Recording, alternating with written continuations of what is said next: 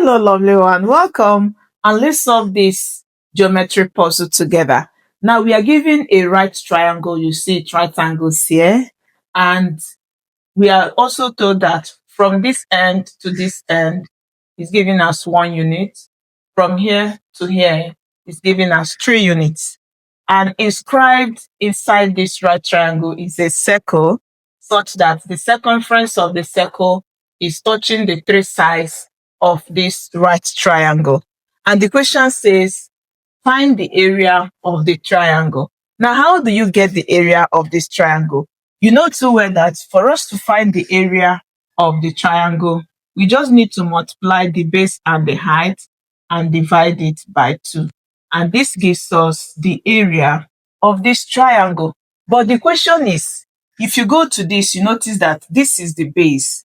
This is the base, and this is the perpendicular height. And there is no information on these 2 sides. So how do we find them? If we can find the base and then find the height, we can easily calculate the area of the triangle. Let me show you how to do that step by step. And if you're a returning viewer, thank you very much for always choosing to learn through us. And if you're still new, why not hit on that subscription button? Make sure notification bell is on because we have updates for you every day. And if you love what to do, don't forget to give us a thumbs up and share. Now, to get this quickly, remember these theorems. The first is that each time you have a circle drawn, and remember from the center touching the circumference is what we call the radius. Now, if a line touches this circumference at a point and moves away, we call this the tangent. And if this tangent comes in contact with the radius, we say that it makes angle 90 at this point of contact. And the theorem here is what we call the tangent and the radius theorem. Now, also remember that when you now have this circle drawn and a tangent line is drawn, another tangent line meets this at a point. We say that these 2 tangents are the same. And in that case, we call it the tangent. So let's take it off. So we have it at this theorem is what we call tangent theorem. Now, how can these 2 help us in answering this? Let me show you. Now, if you go to this diagram, you notice that for this to be a circle, here is the center. And if this place becomes the center, we can get the radius. A line from the center touching any part of the circumference is your radius. So you are free to get as many radii as possible, but we are interested on those spatial radius that will help us in what we want to do. So we can break it down from here, touching this part. You see, this is your radius, and it also makes angle 90 because these 3 lines become the tangents of the circle. You notice that these lines also touch. You see that the circumference touch these lines. Did you see that? So that makes these 3 lines the tangents to this circle. So in that case, if you obey what we stated here, this makes angle 90. We are also going to generate another radius. From here, we can get another radius. So this is our radius. Is also R, and it's also, because this is tangent, it makes angle 90. So from here to here gives you R, and it means we can have it from this length to this length gives us R. From here to this length is also the same because this has formed a square. So this length also gives us R. Now, what else do we need to do? Remember, the question says that from this length to this length is 1 unit. So in that case, if you obey this theorem, you see that from here to here is the same as from here down to this, because these 2 are tangents, obeying what you stated here. So if from here to here is 1 unit, then it means that from this end down to this end is also 1 unit. In that case, we can get this total length. So the total length here will now be R plus 1. So we have R plus 1 units. Now let's go to this part. We also have to get this total length. So if you get the total length, let's take this part off. So if you get the total length, add everything. This plus this gives us 4 units. So this total length is 4 units. Now also remember that if from here to this end is 3, automatically from here down to this end is also 3 units, still obeying this theorem. So we can have it that this total length gives us 3 units. So in that case, we can get from here to here. So add this and this. So if you add this and this, it gives you r plus 3. So this is the length for this. Now what do we do? Remember that this is your right triangle. So if you bring out the right triangle out, this is what we have. So this length has been given as 4 units. From here to here is given as r plus 3 units. And this length is given as r plus 1 unit. So what do we do? Quickly, let's use our Pythagoras theorem, because each time you work with sides of a right triangle, use your Pythagoras theorem. And by Pythagoras theorem, we have it that if you square this longest side, it should be equal to the square of the two tails summed. So square this, you have r plus 1 squared plus this squared, so you have this. So solving this, we are going to have, so this gives us 4 squared gives us 16 is equal to, for expanding this, a plus b squared is always a squared plus 2ab plus b squared. So if you apply this algebraic identity here, you're going to have r squared plus 2 times r times 1 plus 1 squared, then plus, for this we're going to have r squared plus 2 times r times 3, then 3 squared. So if you simplify, we have, so this is going to give us 16 is equal to r squared plus, multiply this, it gives us 2r, and 1 squared gives us 1, plus r squared. If you multiply this, it gives us 6r, 3 squared gives us 9.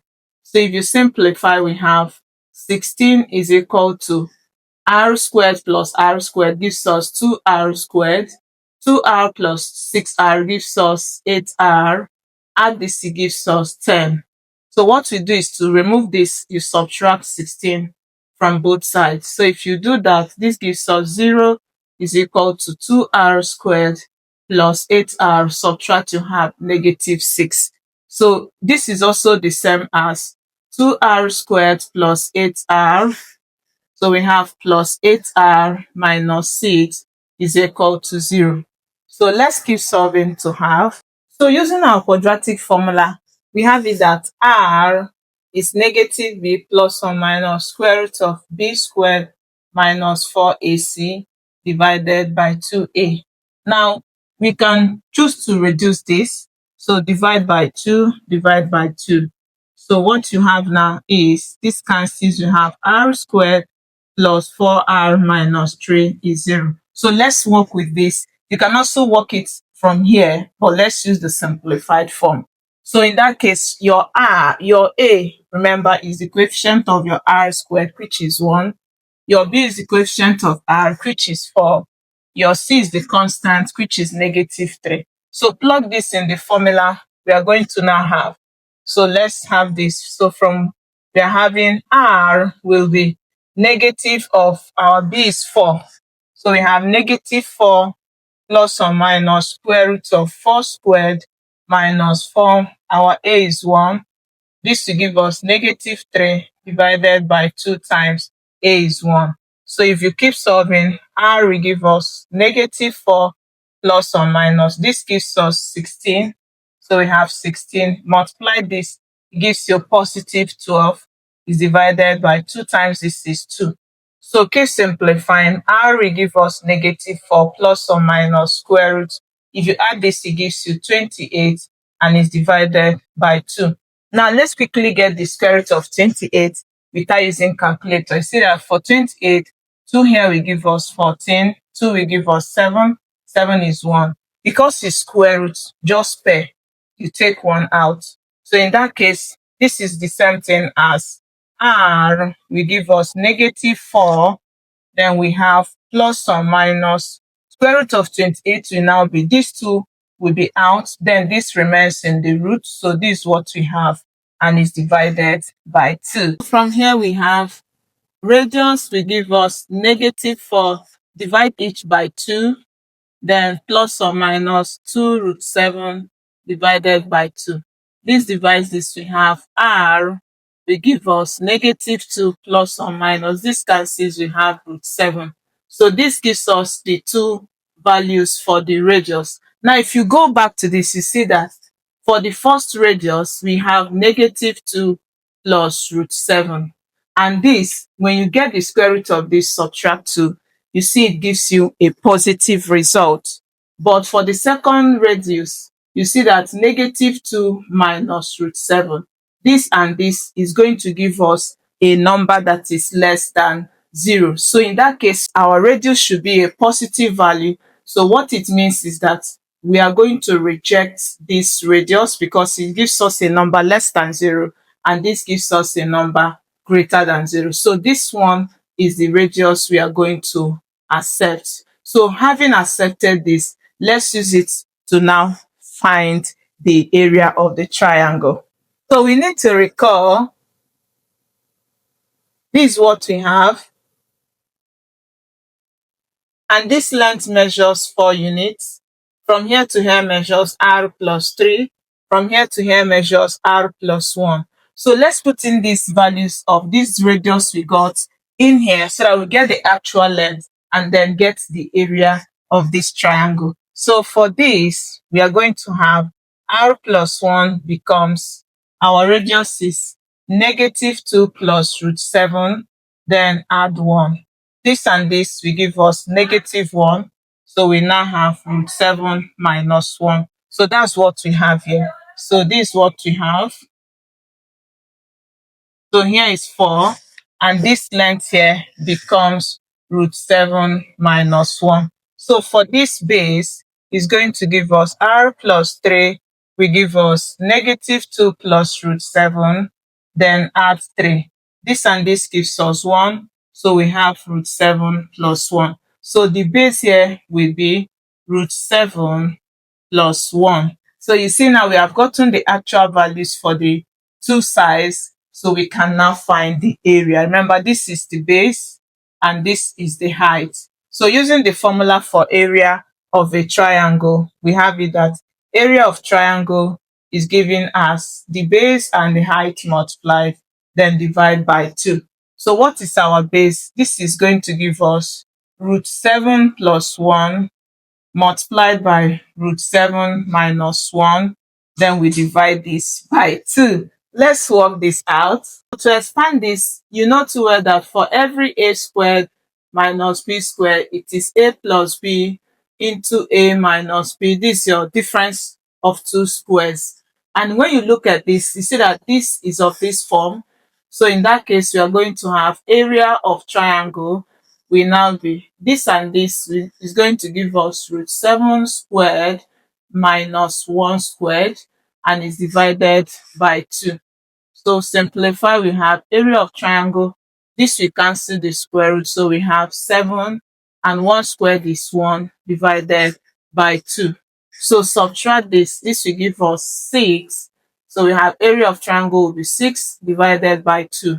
And when you divide 6 by 2, it gives you 3. So the area of the triangle is 3 squared units.